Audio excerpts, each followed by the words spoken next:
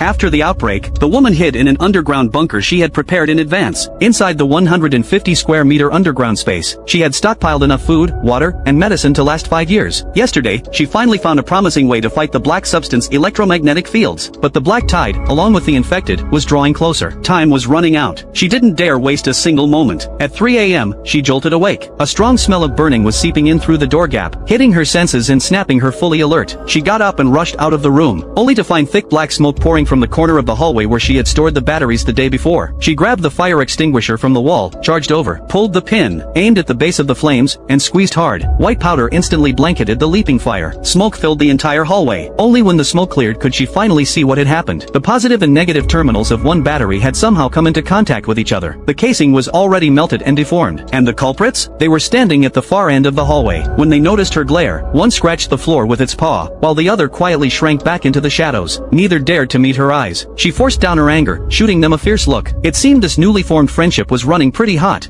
enough to almost burn down the bunker. She sighed and started tallying the damage. 3 batteries were ruined, but the loss wasn't too bad. The rest would need to be stored separately. Keeping them all together posed too much of a safety risk. By the time she finished cleaning up, it was already morning. She sat on the sofa, wide awake, and decided to keep working on the electromagnetic field plan she'd been developing last night. After the previous evening's work, the design was beginning to take shape. The principle wasn't all that complicated. Generate a strong electromagnetic field using electricity, then wrap copper wire around the entire bunker to create a barrier. But there were 2 problems. First, she didn't have enough copper wire. Second, how could she protect herself and the electronic equipment inside from being affected when the field was turned on? Just as she was running out of ideas, the radio crackled to life, breaking the silence. She quickly went over to adjust the frequency, and was surprised to hear her ally Alice's voice. Because of the distance, they couldn't use their psychic link to communicate, but they could talk through the radio. Alice told her the military had taken over the southeastern safe zone, and all their former allies were living there safely. The woman immediately shared her latest discovery, that electromagnetic waves could suppress the black substance. Alice's voice perked up noticeably. The news couldn't have come at a better time. Then the woman mentioned how the rebel leader had appeared near the bunker the day before, and drawn the lab organization away from her. To her surprise, Alice didn't seem especially shocked. She paused for a few seconds before replying slowly. The rebel leader had always believed that only the woman's blood could cure his daughter's rare disease. In his eyes, her life and his daughter's were connected, so even if he couldn't capture her alive, he had to make sure no one else took her either. As the call was about to end, Alice brought up something else. The rebel leader's so-called ARC plan had been spreading like wildfire among the awakened. They claimed the black tide had been sent by the divine to cleanse the filth of the old world, and that only the awakened, the new humans, would be allowed to survive. The woman's heart sank. She had seen something similar in the lab organization's classified files. This was clearly a propaganda tactic. She interrupted Alice, speaking with certainty. The lab organization was trying to spark a conflict between the awakened, the military, and ordinary civilians. This would weaken the military while building up their own followers. Alice finally